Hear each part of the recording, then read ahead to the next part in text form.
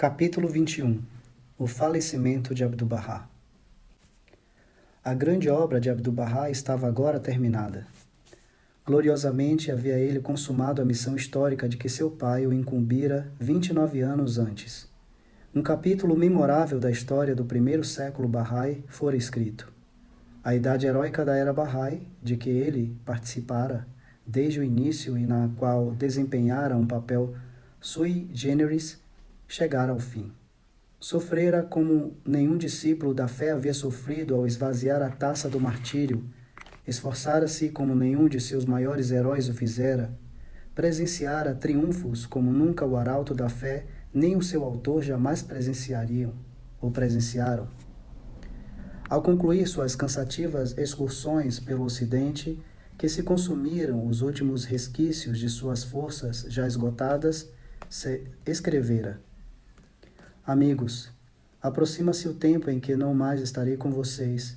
Fiz tudo quanto podia ser feito. Servi a causa de Bahá'u'lláh até o limite máximo de minha capacidade. Trabalhei dia e noite durante todos os anos da minha vida. Oh, quão intensamente desejo ver os crentes tomarem sobre os seus ombros as responsabilidades da causa. Meus dias estão contados e, exceto isso, já não resta nenhuma alegria para mim. Vários anos antes, ele aludira assim à sua morte. Oh, meus fiéis amados, se algum dia acontecimentos aflitivos vierem a se desenrolar na Terra Santa, nunca se perturbem ou se agitem. Não temam, nem fiquem pesarosos, pois tudo quanto acontecer fará com que o Verbo de Deus seja exaltado e suas divinas fragrâncias difundidas. E mais adiante, lembrem-se, quer eu esteja ou não na terra, minha presença estará sempre com vocês. Não considerem a pessoa de Abdu'l-Bahá, aconselhou ele aos amigos, numa das últimas epístolas, pois essa pessoa terá finalmente de se despedir de todos vocês. Antes, fixem o olhar no Verbo de Deus.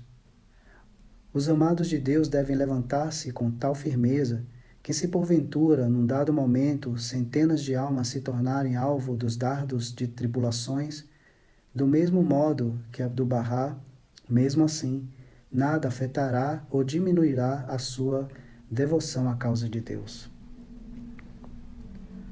Numa epístola dirigida aos Bahás americanos, poucos dias antes do seu passamento, Abdu'l-Bahá assim desabafou o ardente desejo, há muito alimentado, de partir deste mundo. Renunciei ao mundo e às pessoas que o habitam.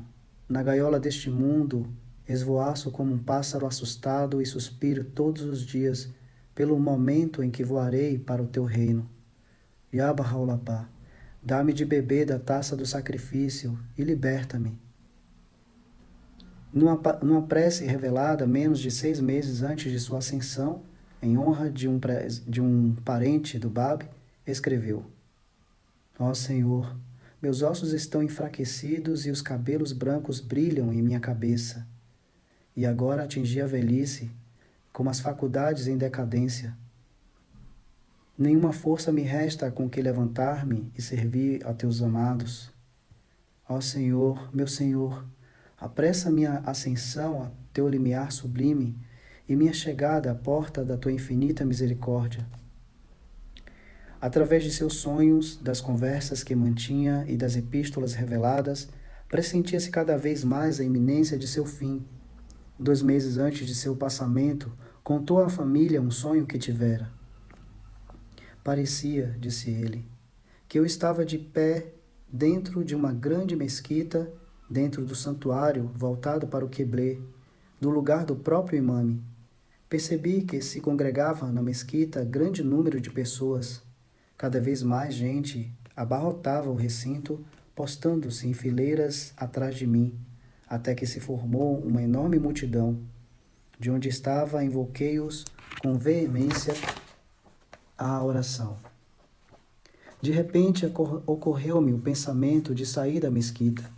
Quando me encontrei do lado de fora, disse comigo: Por que razão vim-me embora sem ter dirigido a oração?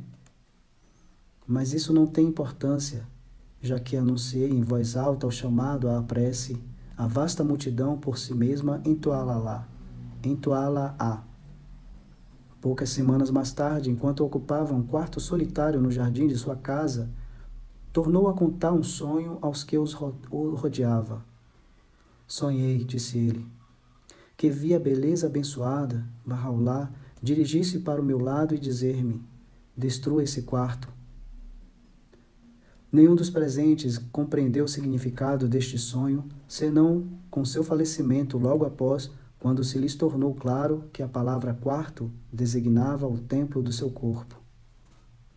Um mês antes de sua morte, que ocorreu quando contava 78 anos de idade, nas primeiras horas do dia 28 de novembro de 1921, havia se referido expressamente a esse acontecimento em suas palavras de pêsames e conforto dirigidas a um adepto que estava lamentando a perda de um irmão.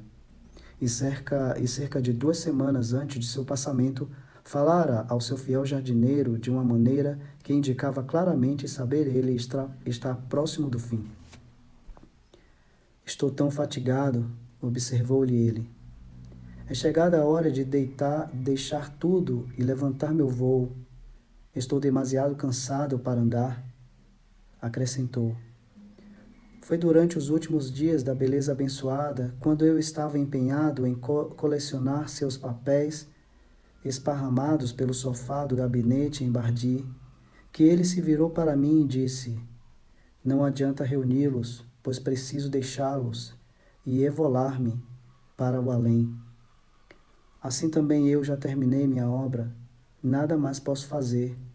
Por isso, forçoso é deixá-la e partir.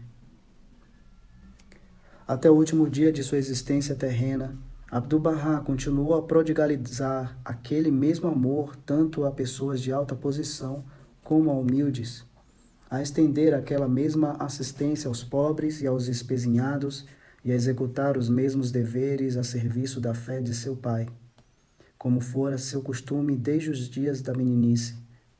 Na sexta-feira anterior ao seu passamento, apesar da fadiga extrema, compareceu à oração do meio-dia na mesquita e distribuiu depois esmolas, como costumava, entre os pobres. Ditou algumas epístolas, as últimas que revelou, abençoou o casamento de um criado de confiança, havendo ele insistido fosse realizado naquele dia. Compareceu à reunião costumeira dos amigos em sua casa, sentiu-se febril no dia seguinte, mandou que todos os amigos fossem ao túmulo do Báb assistir a uma festa oferecida por um peregrino persa por ocasião do aniversário da declaração do convênio. Recebeu com sua infalível cortesia e gentileza, naquela mesma tarde, a despeito de um cansaço crescente, o mufti de Haifa, o prefeito e o chefe de polícia, e naquela noite, a última de sua vida, antes de se retirar, perguntou pela saúde de todos os ocupantes de sua casa, dos peregrinos e dos amigos em Haifa. À 1:15 da madrugada, levantou-se e, encaminhando-se para uma mesa no quarto, bebeu água e voltou para o leito. Mais tarde, pediu a uma das suas filhas, que tinha ficado acordadas para cuidar dele, que levantasse as cortinas, queixando-se de dificuldade para respirar. Trouxeram-lhe água de rosas que bebeu após o que deitou novamente, e quando lhe ofereceram alimento, observou-o distintamente. Querem que eu me alimente quando eu estou prestes a partir? Um minuto mais tarde, seu espírito adejara rumo à sua morada eterna, para reunir-se, por fim, à glória do seu amado Pai e experimentar a alegria de uma união sempiterna com ele. A notícia de seu passamento tão repentino, tão inesperado, espalhou-se com a rapidez de um raio pela cidade inteira e foi imediatamente transmitida pelo telégrafo aos mais remotos lugares do globo, aturdindo de pesar a comunidade dos adeptos de Bahá'u'lláh no Oriente e no Ocidente. Vieram inúmeras mensagens de longe e de perto, de pessoas de relevo ou humildes, através de cabogramas e cartas, trazendo aos membros de uma família abatida pela dor e consternação, expressões de elogio, de devoção, de angústia e de condolência. o ministro do Estado britânico para as colônias, Mr. Winston Churchill, telegrafou imediatamente ao alto comissário da Palestina, Sir Herbert Samuel, instruindo-o no sentido de apresentar à comunidade Bahá'í, em nome do governo de Sua Majestade, seus pêsames. O Visconde Allenby, alto comissário do Egito, telegrafou ao alto comissário da Palestina, pedindo-lhe que apresentasse aos parentes do falecido Sir Abdu'l-Bahá Abbas Effendi e à comunidade Bahá'í seu sincero pesar pela perda de seu líder venerado. O Conselho de Ministros em Bagdá deu instruções ao primeiro-ministro Syed Abdul Rahman no sentido de transmitir suas condolências à família da Sua Santidade Abdu'l-Bahá pela perda sofrida. O comandante-em-chefe da Força Expedicionária Egípcia, General Congreve, dirigiu ao alto comissário da Palestina uma mensagem em que lhe solicitou transmitir seus mais profundos pêsames à família do falecido Sir Abbas Bahá'í. O general Sir Arthur Money, ex-administrador-geral da Palestina, escreveu expressando seu pesar, bem como seu profundo respeito e admiração por ele, apresentando, além disso, suas condolências pela perda que sua família sofrera. Uma das figuras de relevo na vida acadêmica da Universidade de Oxford, um professor e sábio famoso, escreveu em seu próprio nome e no da esposa: a ultrapassagem do véu e a entrada numa vida mais plena devem ser especialmente maravilhosas e benditas para alguém que sempre fixou seus pensamentos no alto e esforçou-se para levar uma vida dignificante aqui na Terra. Jornais mais variados, tais como o Times de Londres, o Morning Post, o Daily Mail, o New York World, Le Temps, o Times da Índia e outros em línguas e países diferentes, renderam seus tributo a alguém que prestara à causa da fraternidade humana e da paz serviços tão elevados e imperecíveis. O alto comissário Sir Herbert Samuel enviou imediatamente uma mensagem em que expressava seu desejo de comparecer aos funerais pessoalmente, a fim de, como ele próprio escreveu mais tarde, testemunhar meu respeito por seu credo e minha consideração por sua pessoa. Quanto aos funerais realizados na manhã de terça-feira, funerais como nunca se vira antes na Palestina, nada menos de 10.000 pessoas participaram dele, representando todas as classes, regiões e raças daquele país. Uma grande multidão testemunhou posteriormente o próprio alto comissário. Tinha se reunido, lamentando sua morte, porém regozijando-se por sua vida. Sir Ronald Storrs, então governador de Jerusalém, também disse, ao descrever os funerais: nunca soube de mais harmoniosa expressão de pesar e de respeito do que invocada pela extrema simplicidade da cerimônia. O ataúde contendo os restos mortais de Abdu'l-Bahá foi transportado ao lugar de descanso definitivo nos ombros dos seus entes amados. O cortejo que precedia era guiado pela força policial da cidade no papel de guarda de honra, seguindo-se-lhe, respectivamente, os escoteiros das comunidades muçulmanas e cristãs, erguendo bem alto seus estandartes, um coral de muçulmanos entoando versículos do Alcorão, os chefes da comunidade muçulmana encabeçados pelo mufti e vários sacerdotes cristãos, latinos, gregos e anglicanos. Atrás do ataúde iam os membros da família, o alto comissário britânico, Sir Herbert Samuel, o governador de Jerusalém, Sir Ronald Storrs, o governador da Fenícia, Sir Stuart Symes, funcionários do governo, cônsules de vários países, residentes em Haifa, pessoas de destaques na Palestina, muçulmanos, judeus, cristãos e drusos, egípcios, gregos, turcos, árabes, curdos, europeus e americanos, homens, mulheres e crianças. O longo séquito de enlutados subia vagarosamente as encostas do Monte Carmelo em direção ao mausoléu do Bab, por entre os soluços e lamentos de muitos corações pesarosos. Próximo à entrada leste do santuário, o caixão sagrado foi depositado sobre uma mesa simples e na presença daquela vasta multidão 9 oradores que representavam as fés muçulmana, judaica e cristã, entre os quais se encontrava o Mufti de Haifa, pronunciaram suas orações fúnebres. Concluídas estas, o alto comissário aproximou-se do caixão e, com a cabeça curvada, na direção do santuário, prestou sua homenagem de despedida a Abdu'l-Bahá. Os outros funcionários do governo seguiram o seu exemplo. O ataúde foi então removido para uma das câmaras do santuário e baixado ali, triste e reverentemente, para a derradeira morada num sepulcro adjacente ao em que jaziam os respectivos mortais, os restos mortais do Bab. Durante a semana após seu passamento, 50 a 100 pobres de Haifa eram diariamente alimentados em sua casa, sendo que no 7º dia foram distribuídos cereais em sua memória e cerca de 1.000 deles, independentemente do credo, ou raça. No 40º dia, uma impressionante comemoração foi realizada em sua memória, tendo sido convidados mais de 600 dos residentes de Haifa, Aca e localidades circunvizinhas da Palestina e da Síria, inclusive funcionários e pessoas de destaque de várias religiões e raças. Mais de uma centena de pobres foi alimentada também nesse dia.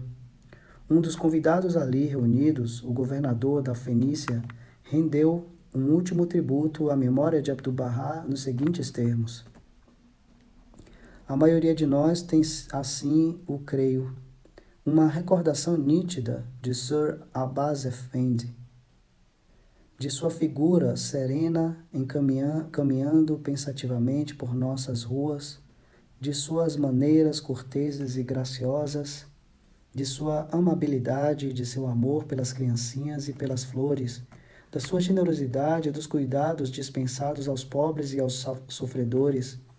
Diante de tamanha meiguice e simplicidade, esquecíamos-nos quase de que estávamos em presença também de um grande sábio e instrutor, cujas palavras, quer escritas, quer orais, haviam proporcionado consolo e inspiração a centenas e milhares de pessoas no Oriente e no Ocidente.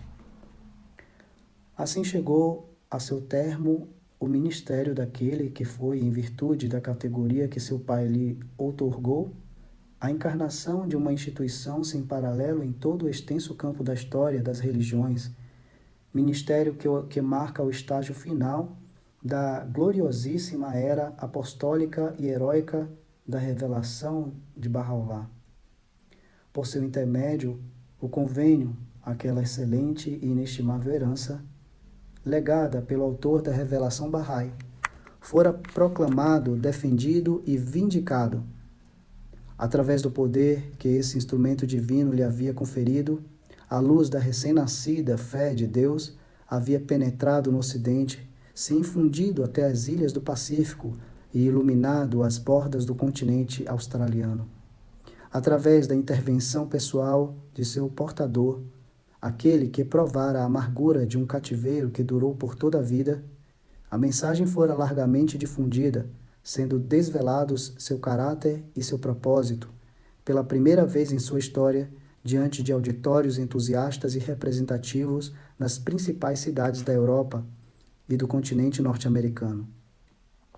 Em virtude de sua incessante vigilância, os sagrados restos mortais do Bab, tirados, afinal, de seu esconderijo de 50 anos, haviam sido transladados com segurança para a Terra Santa e encerrados digna e permanentemente no lugar exato designado pelo próprio Bahá'u'lláh e abençoado com sua presença. Mediante sua intrépida iniciativa, o primeiro Mashrul Askar do mundo Bahá'í fora erigido na Ásia Central, no Turquestão russo, enquanto, com seu infalível estímulo, um empreendimento similar de proporções ainda mais vastas fora começado, sendo dedicado seu terreno por ele próprio no coração do continente norte-americano. Através da graça sustentadora que o amparava desde o início de seu ministério, fora humilhado até o pó seu adversário real, derrubado completamente o arquiviolador do convênio de seu pai e o perigo que desde o exílio de Bahá'u'lláh ao território turco havia ameaçado constantemente o coração da fé fora definitivamente afastado. Segundo suas instruções e de acordo com os princípios que seu pai enunciara e com as leis que ordenara, se havia formado e estabelecido as instituições rudimentares que eram as precursoras, anunciando a inauguração formal da ordem administrativa a ser fundada após seu passamento. Em virtude de seus incessantes esforços, demonstrados nos tratados que ele compôs, nas milhares de epístolas que revelou, nos discursos que fez, nas orações e nos poemas e comentários que legou à posteridade, a maioria em persa, alguns em árabe e um pequeno número na língua turca, haviam sido elucidados os princípios e leis que constituíram a urdidura e trama da revelação de seu pai, sendo reafirmadas e interpretadas suas bases. Aos seus preceitos fora dada a aplicação detalhada, e plena e publicamente se havia atestado a validez e o caráter indispensável de suas verdades. Mediante as advertências por ele proferidas, uma humanidade desatenta, submersa no materialismo e esquecida de seu Deus, fora prevenida dos perigos que ameaçavam lhe romper a vida ordenada e forçada, em consequência de sua persistente perversidade, a suportar os golpes iniciais daquele tumulto mundial que até o momento atual continua a abalar os fundamentos da sociedade humana. E finalmente, através do mandato emitido a uma comunidade valorosa, cujos membros, com suas realizações em conjunto, haviam derramado tão grande brilho sobre os anais de seu próprio ministério, pusera ele em movimento um plano que, pouco depois de sua inauguração formal, conseguiu a abertura do continente australiano e que, em época posterior, levaria à conquista do coração de uma convertida real à causa de seu pai, e que hoje, com o irresistível desenvolvimento de suas potencialidades, está ressuscitando, de um modo tão maravilhoso, a vida espiritual de todas as repúblicas da América Latina, o que constitui uma digna conclusão para os anais de todo um século. Uma resenha das características salientes de tão abençoado e frutífero ministério não deve deixar de mencionar as profecias que a pena infalível do designado centro da Aliança de Bahá'u'lláh registrou. Estas prognosticam a impetuosidade da invertida que a irresistível marcha da fé haverá de provocar no Ocidente, na Índia e no Extremo Oriente, ao confrontar-se com as veneráveis ordens sacerdotais da religião cristã, da budista e da hindu. Pressagiam um tumulto que sua emancipação dos grilhões da ortodoxia religiosa causará nos continentes da América, Europa, Ásia e África. Prognosticam a reunião dos filhos de Israel em sua antiga terra natal, a ereção da bandeira de Bahá'u'lláh na cidadela egípcia do Islã sunita, a extinção da poderosa influência exercida pelos eclesiásticos xiitas na Pérsia, a carga de misérias que haverá de oprimir os lastimáveis remanescentes dos violadores do convênio de Bahá'u'lláh no centro mundial de sua fé, o esplendor das instituições que essa fé triunfante deverá erigir nos declives de uma montanha destinada a ser de tal forma ligada com a cidade de Aca que uma só grande metrópole seja formada para encerrar as sedes espirituais, bem como as administrativas da futura comunidade Bahá'í mundial. A insigne honra que aos habitantes em geral da terra natal de Bahá'u'lláh e ao governo em especial deverá ser conferida em futuro distante. A posição ímpar e invejável que a comunidade do maior nome na América do Norte deverá ocupar como consequência direta do cumprimento da missão mundial que ele lhe confiara.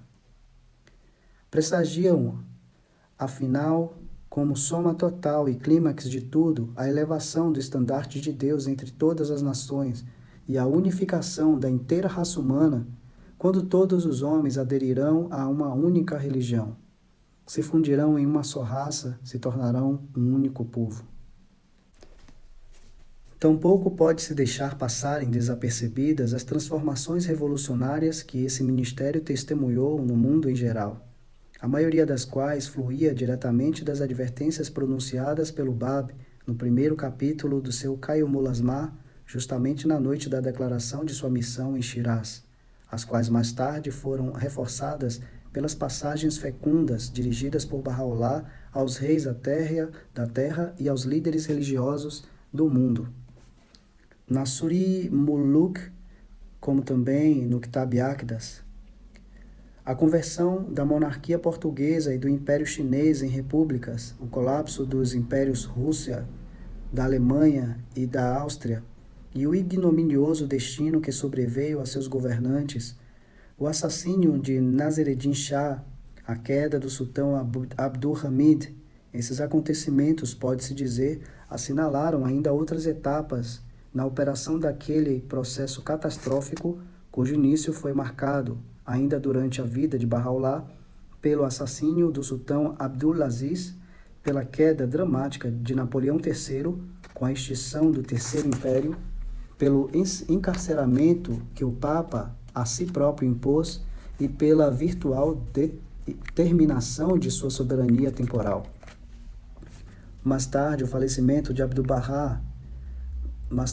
o falecimento de Abdu'l-Bahá, esse mesmo processo seria acelerado pela queda da dinastia Qajar na Pérsia, pelo derribamento da monarquia espanhola, pelo colapso do sultanato como do califado na Turquia, por um rápido declínio das fortunas do Islã xiita e das missões cristãs no Oriente, e pelo destino cruel que está agora sobrevindo a tantas das cabeças coroadas da Europa.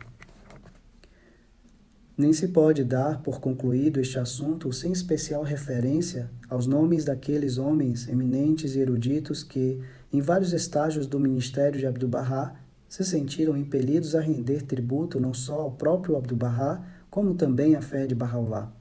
Nomes tais como o conde Leo Tolstói, professor Arminius Vanbury, professor August Forel, Dr. David Starr Jordan, o venerável arquidiácono Wilberforce, professor Jowett de Balliol, Dr. T.K. Chain, Dr. Estlin Carpenter, da Universidade de Oxford, Visconde Samuel do Carmelo, Lord Leamington, Sir Valentine Chiro, Rabino Stephen Wise, Príncipe Muhammad Ali do Egito, Sheikh Muhammad Abdul, Midart Pasha e Khurshid Pasha atestam, em virtude dos tributos, como eles associados, o grande progresso realizado pela fé de Baha'u'lláh sobre a brilhante direção de seu filho.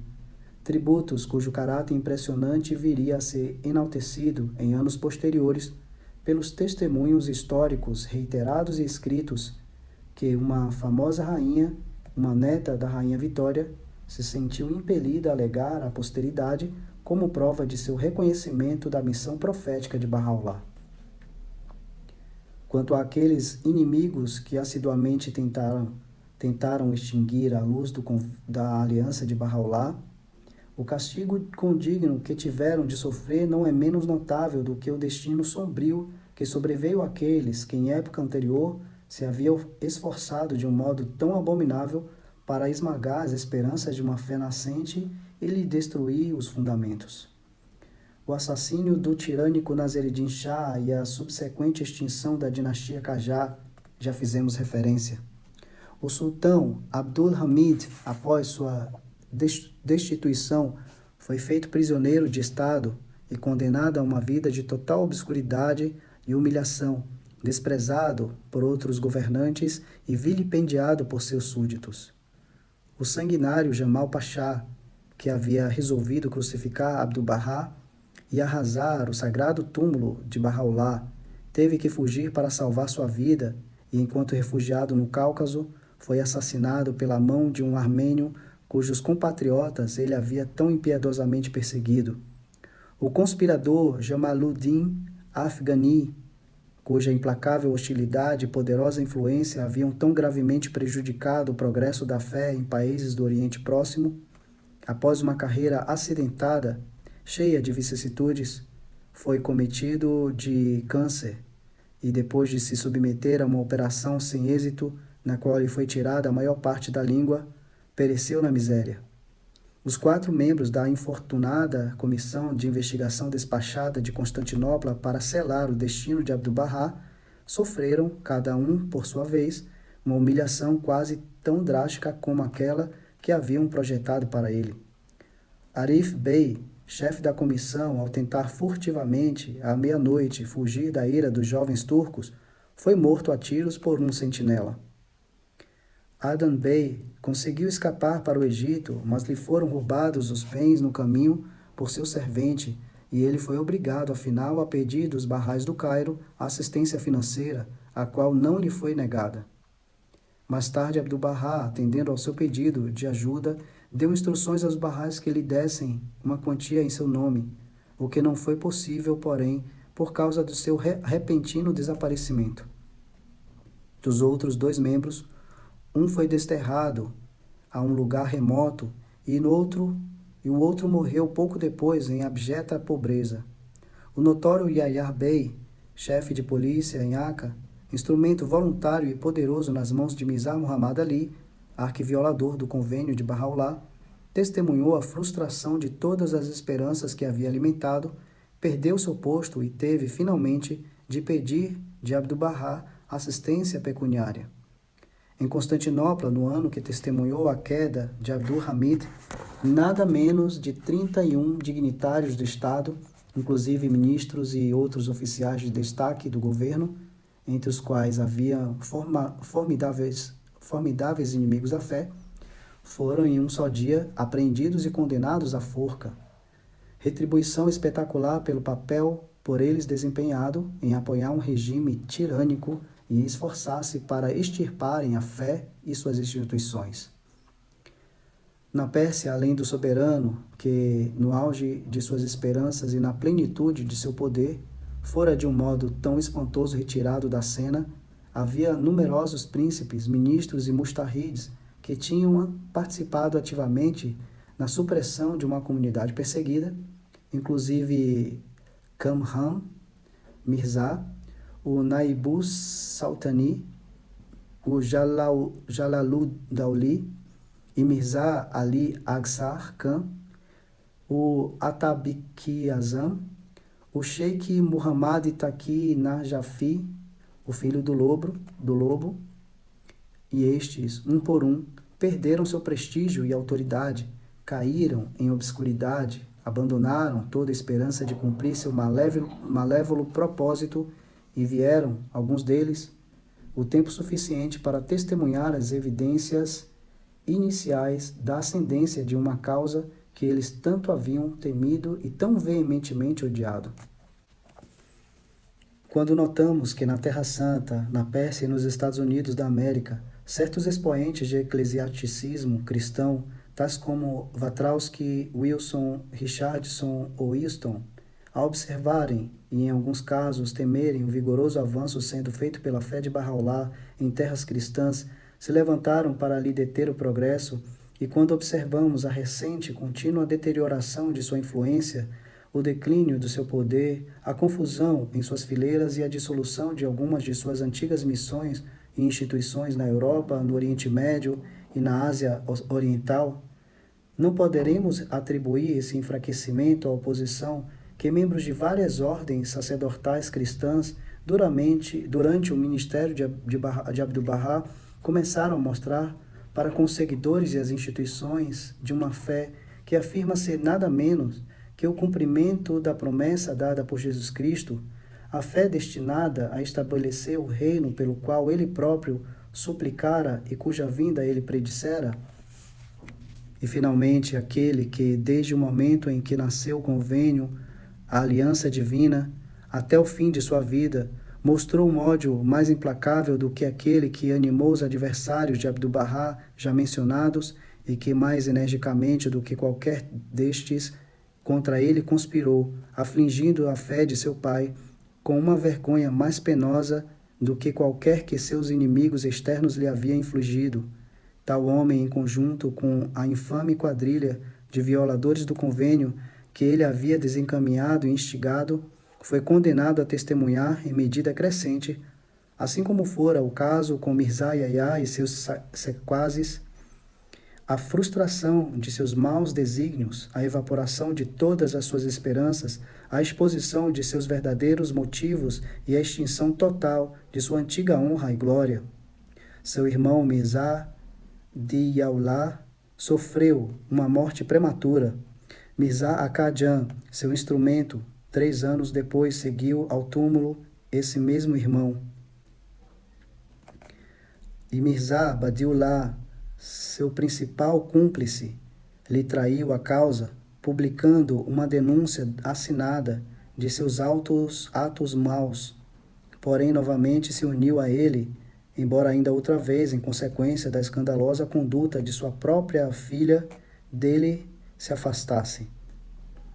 Furuhiye, meia-irmã de Mirza Muhammad Ali, morreu de câncer, enquanto seu esposo, Seyyed Ali, faleceu de um ataque cardíaco antes de os filhos poderem chegar a seu lado, sendo o mais velho deles vítima do mesmo mal, subsequentemente, enquanto ainda no verdor dos anos.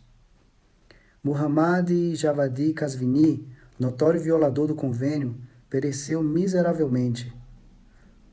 Shu'aullah, quem, assim como Abdu'l-Bahá atesta em sua última vontade, contara com o assassínio do centro do convênio e que fora enviado aos Estados Unidos por seu pai a fim de aliar-se a Ibrahim Khalilullah, regressou de sua inglória missão, frustrado e de mãos vazias.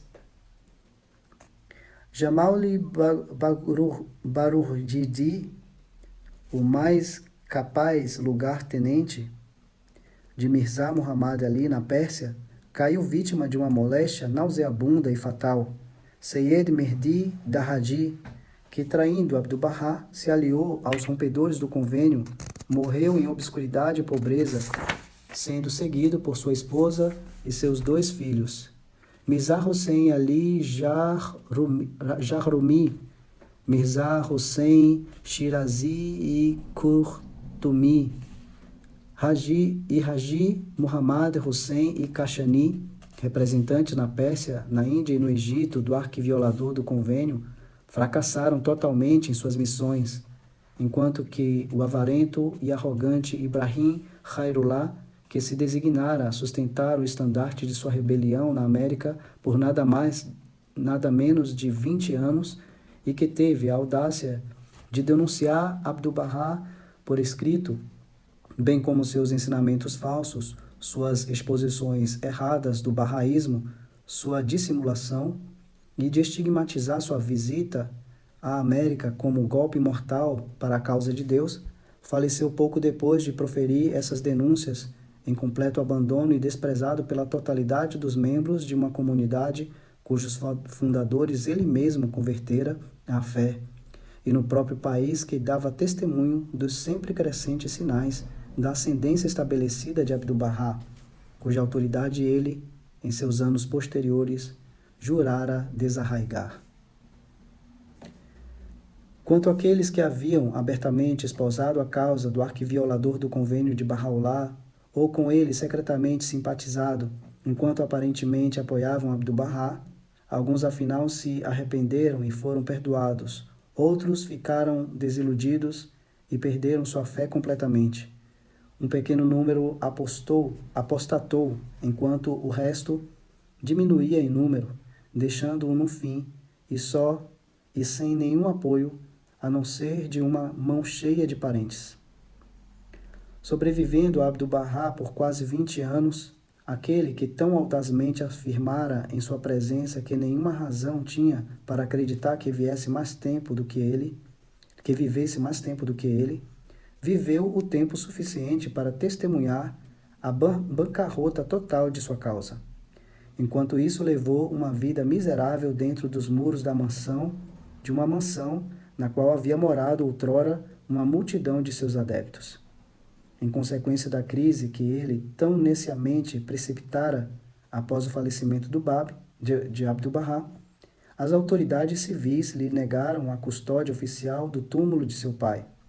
E poucos anos depois, ele foi obrigado a desocupar essa mansão, a qual, por causa de seu flagrante descuido, havia caído em um estado de dilapidação. Acometido de paralisia que lhe alijou da metade do corpo, ele jazia acamado, sofrendo por alguns meses antes de falecer, e foi enterrado de acordo com os rituais muçulmanos nas proximidades de um santuário muçulmano. Até hoje sua sepultura permanece sem sequer uma lápide, um triste sinal da vacuidade das pretensões que ele entabulara, das profundezas da infâmia às quais se baixara e da severidade da retribuição que seus atos plenamente mereceram.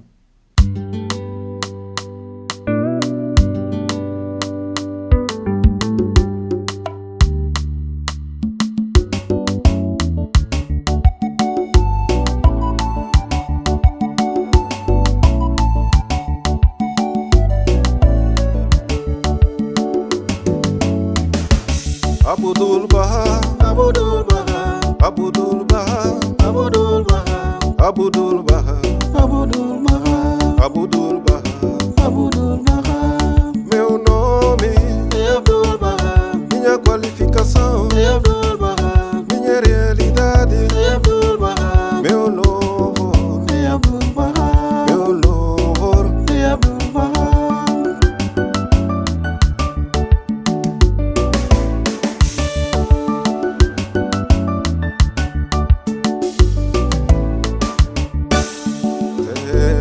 Escravo no limiar da abençoada perfeição é meu diadema, glorioso e refulgente.